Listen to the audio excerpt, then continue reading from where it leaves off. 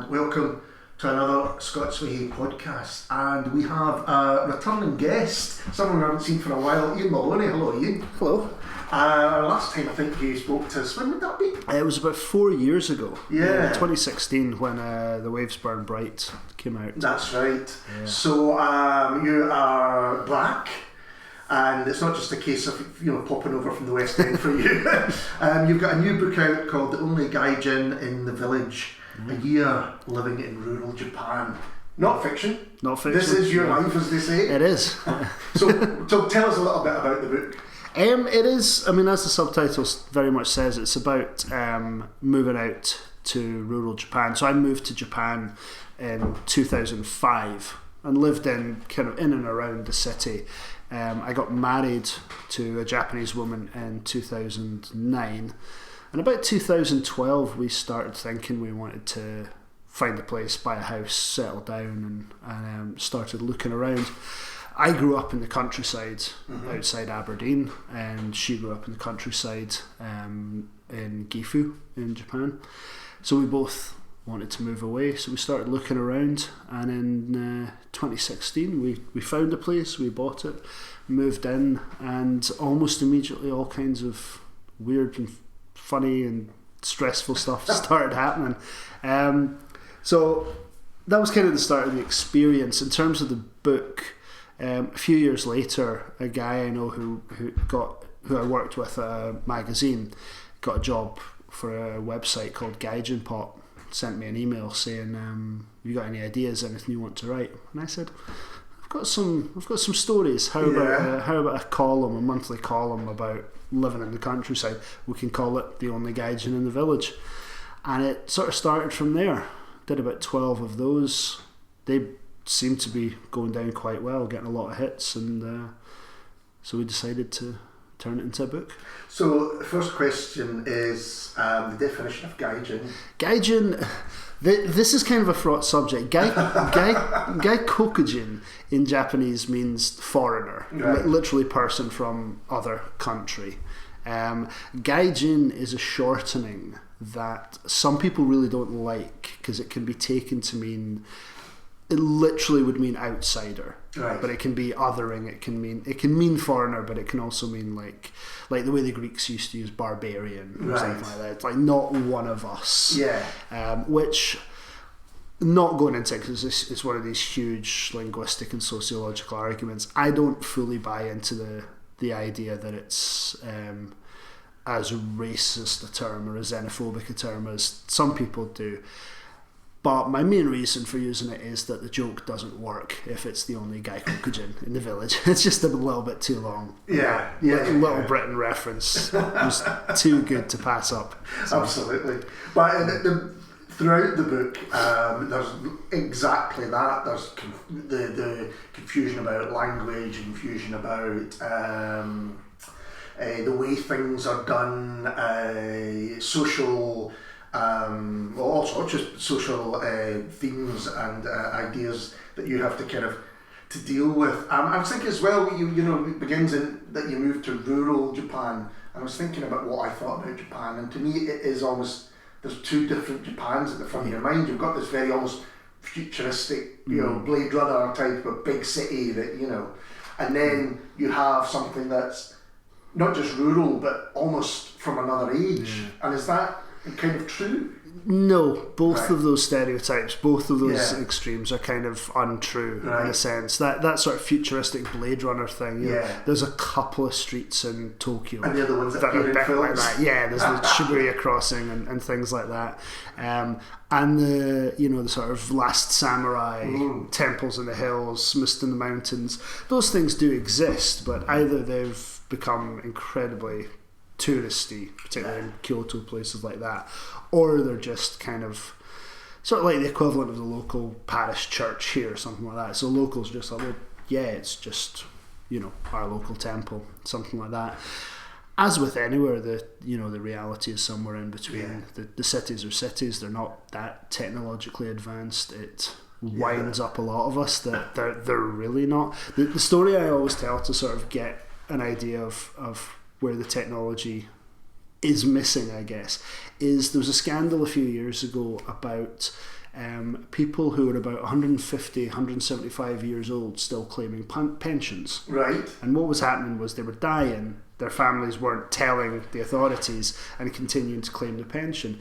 But the only reason they got away with it for like another 100 years or whatever is that all the records are these old paper files from like the Victorian era, basically. They've never been updated, they've never been digitized, and nobody ever is going to sit and go through them. So because that technology isn't actually there, people can get away with stuff like that. So it's not the Blade Runner. No. Well, it's that was in the book. You see, when you were younger, you didn't kind of fetishize Japan or think that, this was a place you wanted to go. And actually, I kind of did. I was of the age where there was Japan the band for a start, and then there was like Big Japan was about, and then you had the Blade Runner came through in the early 80s, and I know there was a lot of interest about that country in particular. The book opens, that kind of gives you an idea for both of them, because you're out for a walk, and then the jail alert happens. So tell us about the jail alert, because I was fascinated about that. Yeah, I'm not out for a walk, I'm actually driving at the time. So the jail alert is a thing that's usually used for earthquakes. Yeah. So it's an early warning system, a couple of seconds early. It's a warning system on cell phones and things like that. So if there's an earthquake in your area, like get safe, get out. Here's some information. It is insanely loud. It's really scarily loud. I know more people that have injured themselves because of the alarm than because of earthquakes. But it's also used for other natural disasters. But in this instance, it was used when North Korea were testing one of their missiles. And I happened to be in the area right underneath it, and just got this really high-pitched loud warning while I'm driving along the road, luckily about 4 a.m, 5 a.m, so there's nobody else around, warning me of missile launch, and I can safely say it scared the crap out of me. Because that was another thing I hadn't thought about.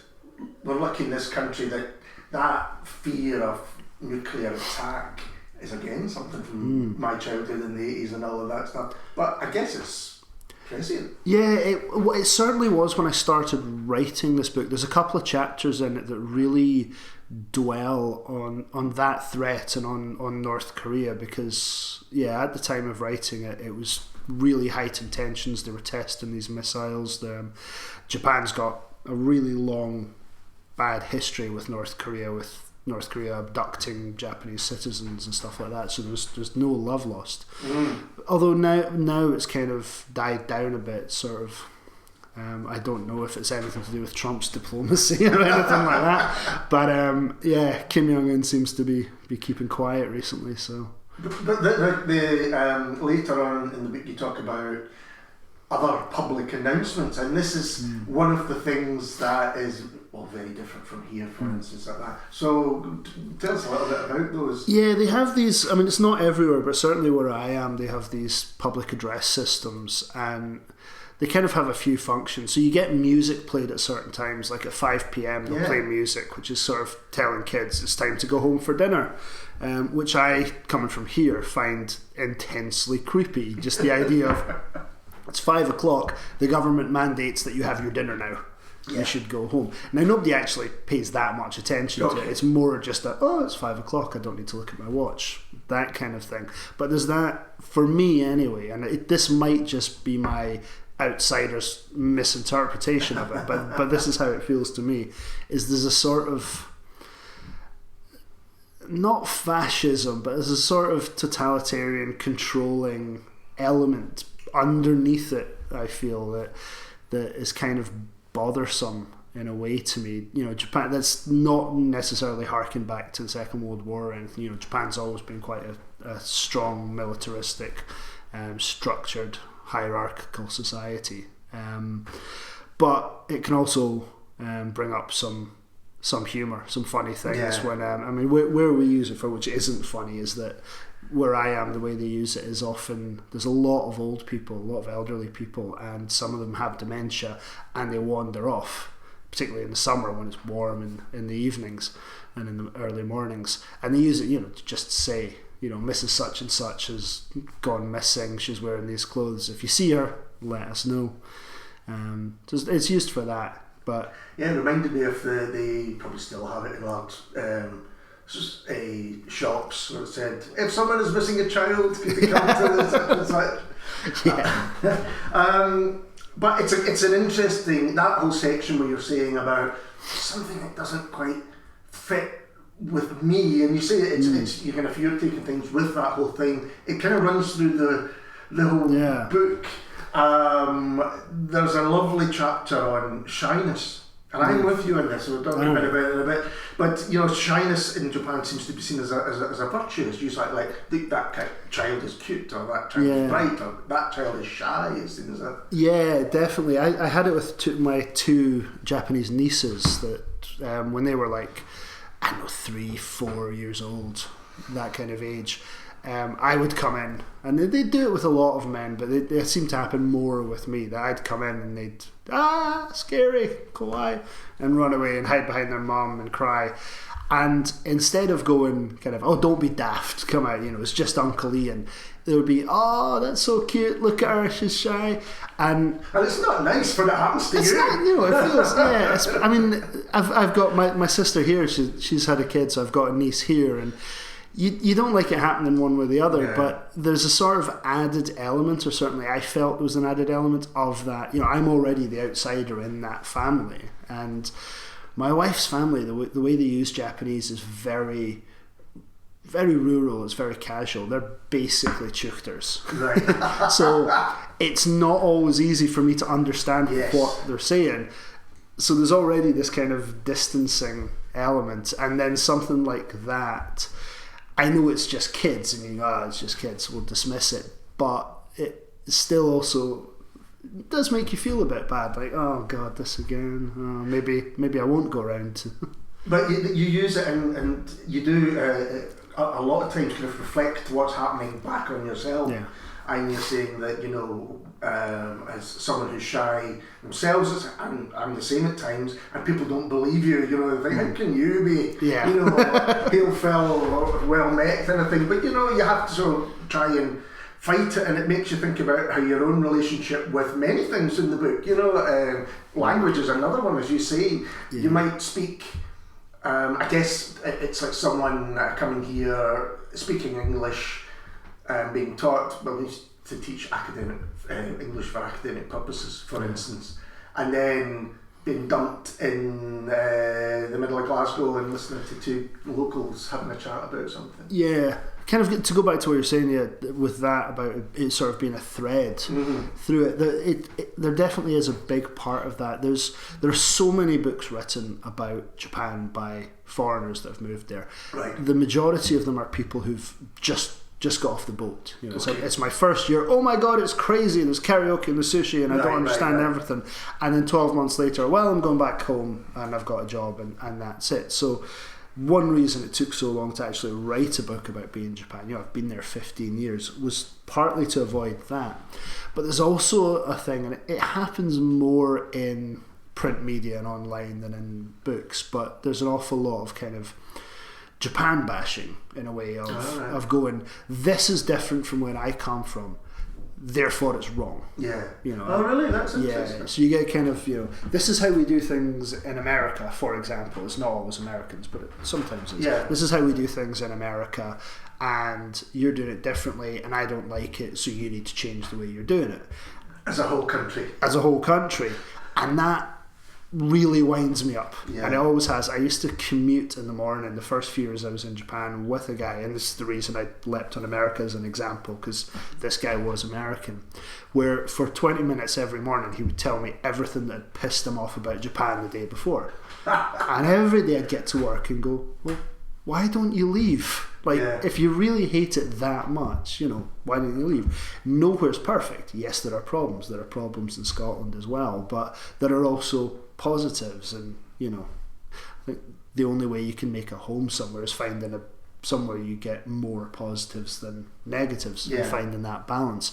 So one thing I wanted to do with this book, and that thread you're talking about, is reflecting on all of those things that other people have maybe said, you know what really pisses me off about Japan, and look at it from another angle and go, you know what, maybe that's me. Yeah, exactly. Maybe it is them, but maybe it's me, and let's kind of analyse it a bit. And the truth's probably in the middle there. Yeah. But yeah. And so it's very interesting because it's not just as you say that you're going to Japan for work purposes and that's it. You decided, you and your wife, that you were going to find a rural place. Maybe it's not as rural as you initially thought you might. No, there's civilization nearby, but it's there's no shops or anything. Yeah. It's a good.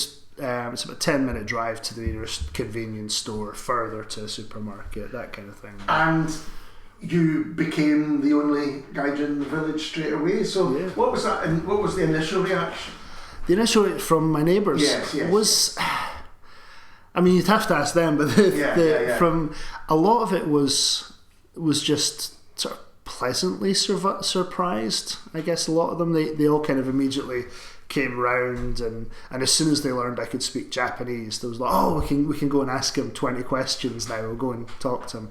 And there was definitely a bit of trepidation.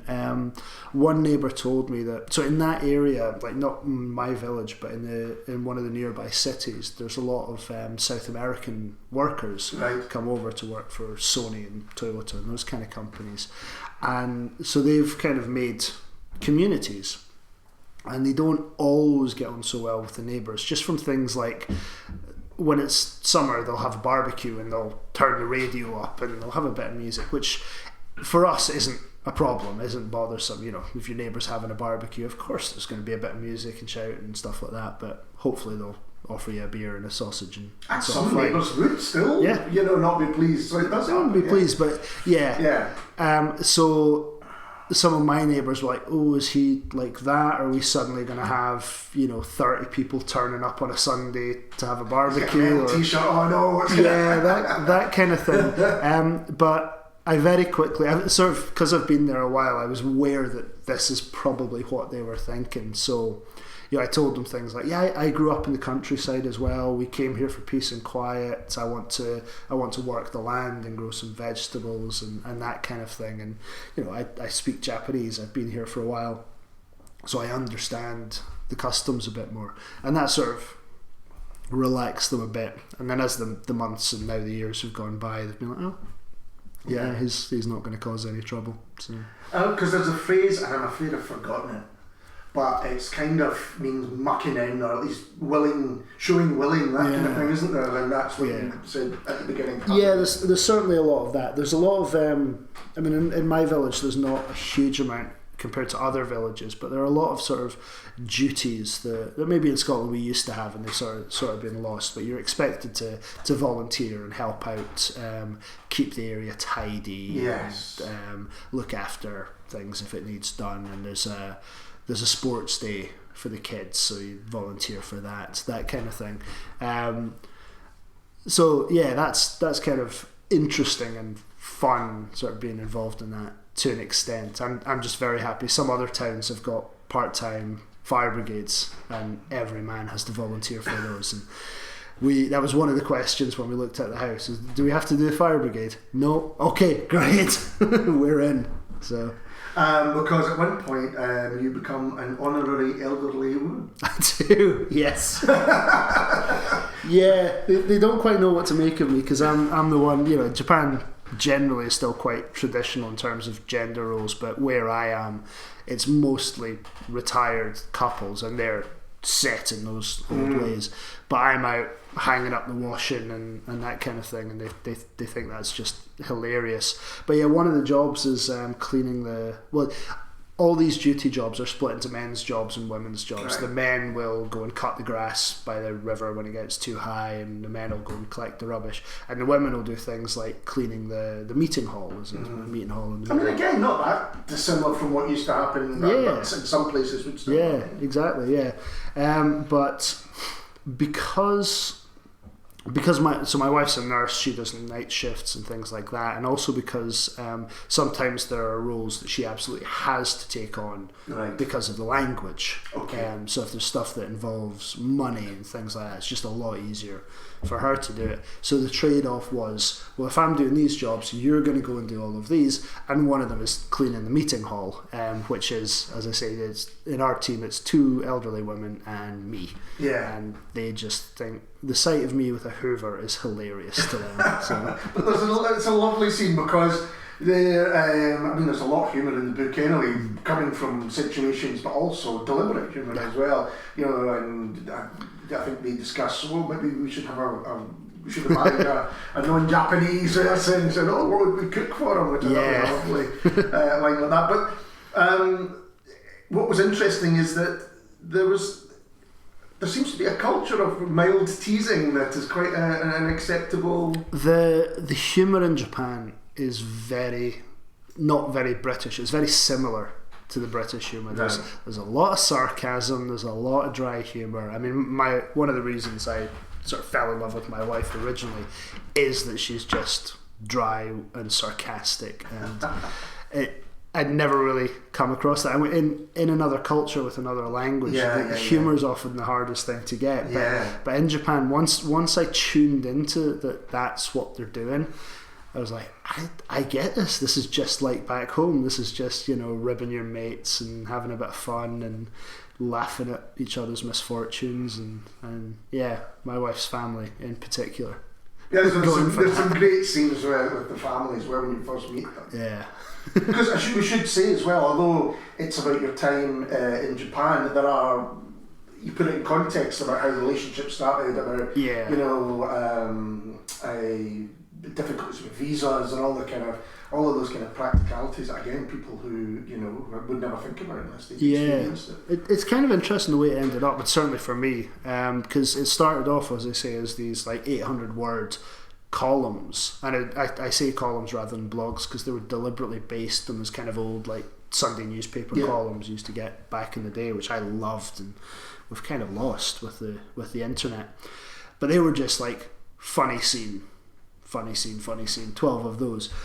You can't do that for 80,000 words. It becomes quite boring quite quickly. Or you end up with like a toilet book. You can just read one chapter and then forget about it. Scottish Japanese jokes. Exactly. So one of the questions I had, and one of the reasons I was initially hesitant to do the book, was how do I turn just comedy episodes into something you'd actually want to hopefully read for 250, 300 pages.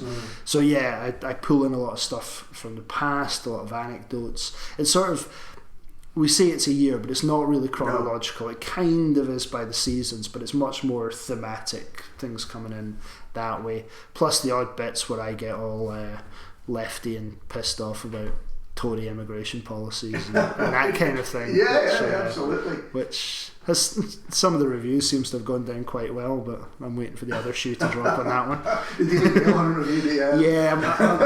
I'm waiting for somebody on Twitter to come on. So when did Polygon get interested about it becoming a book? It started off as my agent really wanted me to do it, and I had a bunch of ideas for things I could do, and as we said, it's 4 years since I've been on. I did a book a year until the waves burn bright. Then Freight Books disappeared, did their thing. And I wrote another novel straight after that, like keeping my 1 a year thing. And that has been basically deemed unpublishable by a lot of people who've read it. Not particularly bad, but just very, very weird. And I think you might have either mentioned it on the podcast or we talked about it afterwards, and it sounded ambitious. It's ambitious. Probably, it's very weird. I really like it. I'm glad I wrote it, but it might be one of those posthumous. Oh, we found this. The great stick it out, kind of thing. But so I did that, and then that was, we're not going to do that. And I had a few ideas. I always have like 3 or 4, not half finished, but started projects on the go at any one time. So I was saying to my agent, I could do this, or I could do this, or I could do this, and she's going, do the Japanese book, do that one. I'm like, but there's so many bad Japanese books, I don't really want to. She's like, no, do it. There's a market for it. People will want it. I've read the columns. They're funny. People like those. Just do it. And then we started looking at sales figures and stuff like that.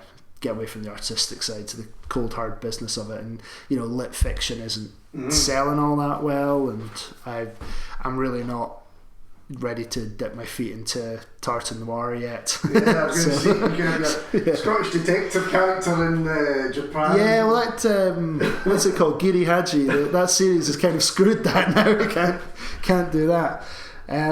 So it started from that. So my agent was like, right, do it, get it working. And one of the great things, which I didn't know until I started doing this, one of the great things about doing non-fiction rather than fiction is you don't need to finish the book before you get a publisher. Fiction, you need to finish the manuscript. But non-fiction, you can have a pitch, some sample chapters. This is where it's going. Yeah, and they'll buy it for that. So that was very tempting for me. If you don't have to write another 80, having just done it, another 80,000 that's just going to end up in the drawer as well. And we showed it around a few places, and there's some general interest, but Polygon were very much, we want this. This is the kind of thing. So signed with them, and it's been fantastic, I have to say. It's such a readable book, because in some ways it's a completely different world, and that's part of the joy of it, is that kind of someone trying to get to terms with a different world.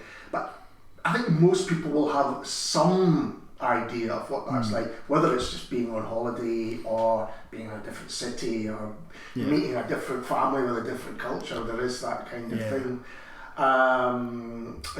Talking about possible detective things, it's interesting crime in Japan because there is a murder, am I right? There's off stage. Off stage, yes, I should say that, yeah. But your reaction to it is the really interesting thing. So, if that news had come out in Glasgow, you kind of, it's almost after dog bites man, after who cares? But it's suddenly, this is big news because you're not expecting this to happen in your locale. Yeah, I mean, Japan, it's kind of a cliche when people in Japan say it, but Japan is a safe country, certainly by comparison with somewhere like Britain.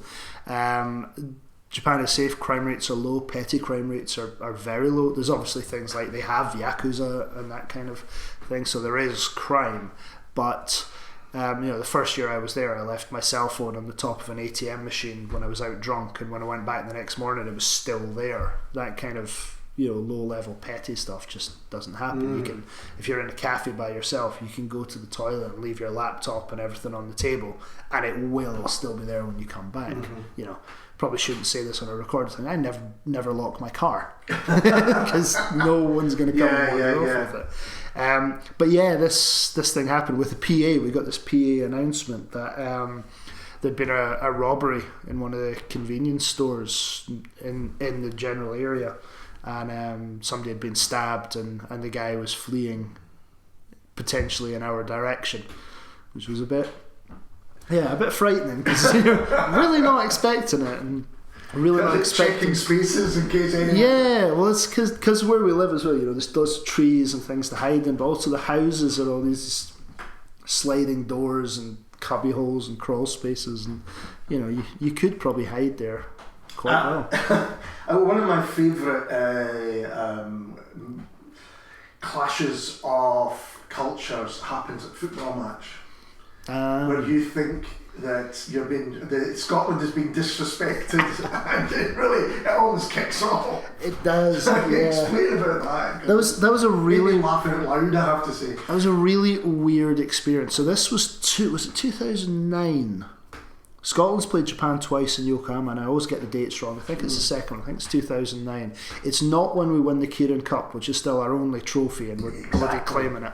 Everyone in Japan laughs at me because I'm like, no, we won that. It's a real trophy. If Pep Guardiola can have the was it the Champions Shield or whatever? Yeah. The Charity Shield. Yeah, Charity Shield. Then we can have the Kirin Cup. But anyway, 2009, Scotland come to Yokohama to play a friendly with Japan, and my wife and I go, and we go the full multicultural. I've got kilt and Scotland flags, but also Japan flags, and we're both sort of dressed half and half. I've got Nakamura Shunsuke's kit, Japan top on, stuff like that.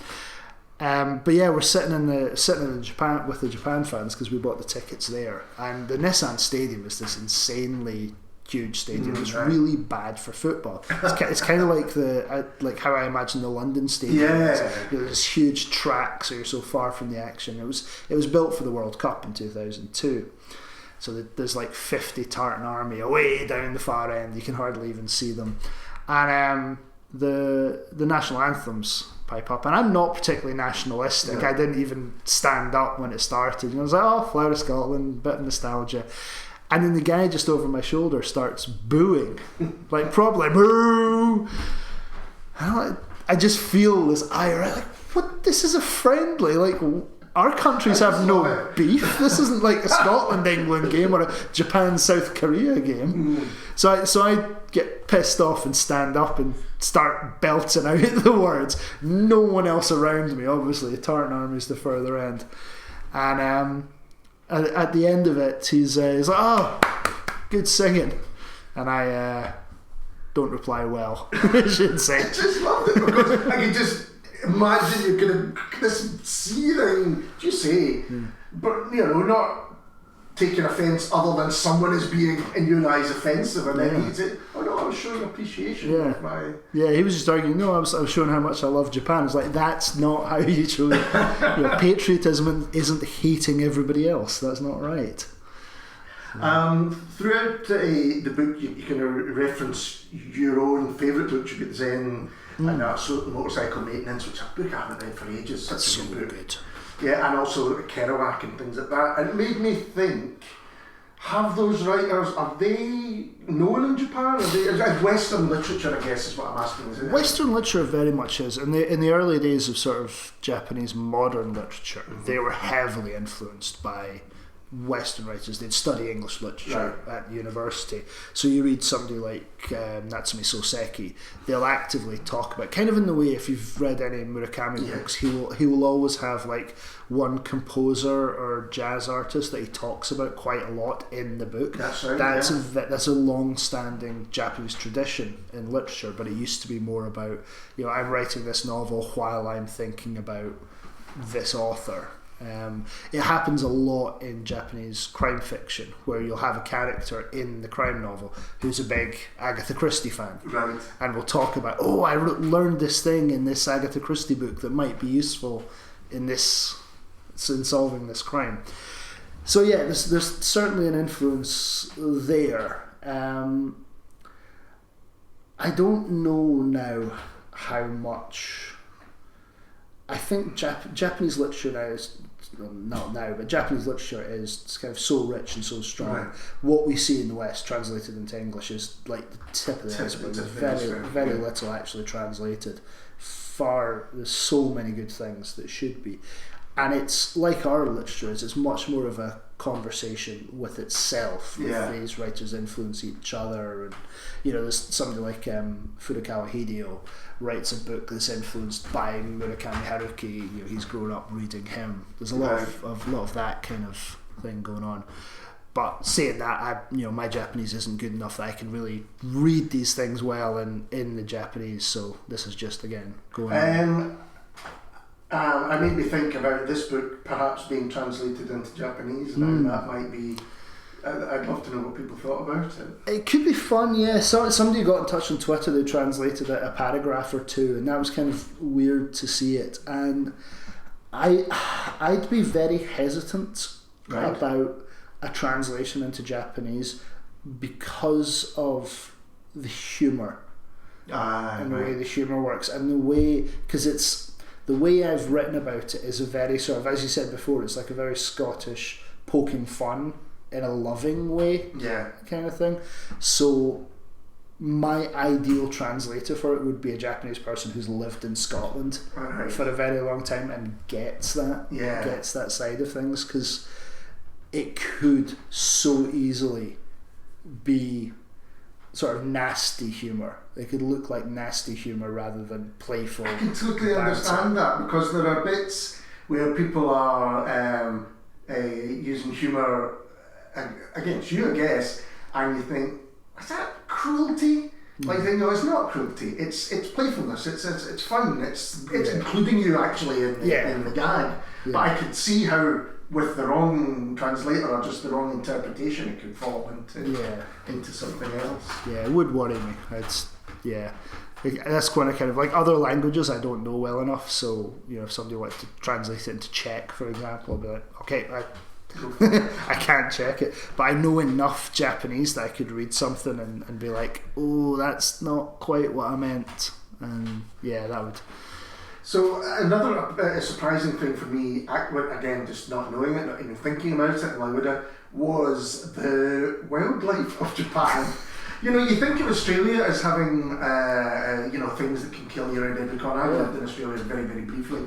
But it's similar in Japan. When you talk about the bee situation. Yeah, well, this was the thing. It's funny you mentioned Australia. 2 weeks ago now, I did a reading in a bookshop in Sydney of this. Because I was over there on business anyway. So I set up this reading, and I started reading. That was one of the sections I picked to read, is when I encounter a snake, a venomous snake in my garden for the first time, which in Scotland we have adders, but you don't find them in your garden, and B, they're not that scary. These things, these mamushi, they will kill. They'll certainly kill children, and they'll do some serious damage. And I started reading this out in Australia, and I sort of looked up from the book and went, oh yeah, this is not in any way interesting to you. It's not frightening at all. Yeah, they're just like, a snake. Is that it? It's that whole Mick Dundee thing. Call it a snake. This is a snake. Exactly. It was a whole room of that. Luckily, they were nice. They just laughed at me. But coming from Scotland to Japan, there's snakes and there's centipedes, which are the worst. I absolutely can't stand them. And these ridiculously big bees. They're called, I can't remember what the Japanese word is, but it translates as sparrow bee, because they're kind of the size of a small sparrow, and they're terrifying. The way you described it, it reminded me of like a 1950s supposed horror movie or a creature feature where they've just photographed things bigger and that kind of stuff like that. Yeah, there's a video on YouTube of an absolute idiot letting himself be stung by one. It's one of these guys that he gets stung by everything to compare them, and he lets himself get stung by one of these, and it's just A, it's terrifying, but B, it's just a nice piece of karmic nature of the guy going, oh, I wish I hadn't done that now. So, and similarly, the food was interesting, because again, it would be easy, and I'm sure it's been done elsewhere, where people would just go, oh, the food's so weird, and they do that and all that. Like any food, some of it you're going to like, some of it you're not going to like, but there's the whole culture that surrounds it as well. You mentioned that at 5 o'clock it's like that's when you eat. I think breakfast is the same. It's like there's a 7 o'clock. Well, it's the temple that goes off at 7, which is slightly nicer, nice resonating bell. But food culture is a huge thing in Japan. It's still very tied to the seasons, which is lovely. Your diet changes as the season changes, and this. One of the reasons I first fell in love with Japan is it'd been the only place in the world where I went, and they said, "What's haggis?" And I described it, and they went, "That sounds really nice." And I was like, "Oh, I could be at home here. I could fit in well here." But the food culture is very, very important to them, and like one of the things that I always find amusing, slightly infuriating, but also amusing, is that everywhere has to have its own sort of local speciality. Right. So in Nagoya, there's tebezaki, which is kind of spicy fried chicken, or miso cats, like miso sauce on pork cutlets on skewers, and it's kind of got to the point where some places are just making up ridiculous things and claiming they're theirs. So I always make fun of people from Hiroshima because they have Hiroshima yaki, which is okonomiyaki, which is one city's dish, and yakisoba, which is another city's dish, on the same plate. And they just dump one on top of the other and go, "This is Hiroshima yaki." It's like, that's just lazy. But when you buy a Japanese guidebook, when you're going traveling, so say we're going to Kagoshima on holiday, you buy the guidebook and you open it up, and maybe 99% of the pages are about restaurants. Right. Where to have lunch, where to have breakfast, where to have dinner, what sweets to buy, what snacks to buy. And then maybe at the very last page there'll just be and there's a castle. And that's it. And that's why it gets infuriating for me, because I'm like, I'm not just travelling to eat. I want, between meals I want to do something. Things to do. But it's also that thing of being important for family and get-togethers and all of that stuff, which is kind of where you meet a lot of the neighbours and things as well. Yeah, so we have barbecues in my garden, and I guess it's the same as it. Anywhere you go, even if you don't speak the language, everybody sits down to eat, and the alcohol comes out, and we all start chatting. And we have barbecues in my garden. The neighbours come around. I talk about New Year party in the book, where I pull out the punk IPA, and my uncle pulls out some not very nice meat, which I won't spoil the surprise in the book. But so now that you've written the book, and you're going to I Write, isn't it? Is that what you're doing? Doing I Write. I've got a few. In fact, the week we're recording this, I've got a bunch of stuff on. But the 12th of March is the I Write Festival. Same time as Kathleen Jamie and James Robertson. So that'll be fun. I was so looking forward to seeing them, and then I saw the time and it's like shit. Well, if you haven't managed to get a ticket to either of those, then Iain's going to be, and you should do as well. So, but how do you feel about the book now that it's kind of, you're looking back on it? And you're talking about it to people like me? It's very weird, it's very strange, because up until now all my experience has been with fiction. And fiction is just me talking about characters I've invented, situations I've invented, or ones that are real, like Piper Alpha with my last book. But talking about things that don't exist. One of the weird things about writing this book is that I couldn't make anything up. So my fiction brain was firing all the time of going, I could take this and this, and that would make a fantastic plot. And then I have to go, no, I can't do that, can I? Because this is real. So talking about it is a very different experience from anything I've had. It's, I'm just, most of the time it's just telling anecdotes that I'd be telling down the pub anyway, but now it's structured and fixed and sealed. I can totally understand why Billy Connolly said, he just published a book recently of kind of all his old anecdotes.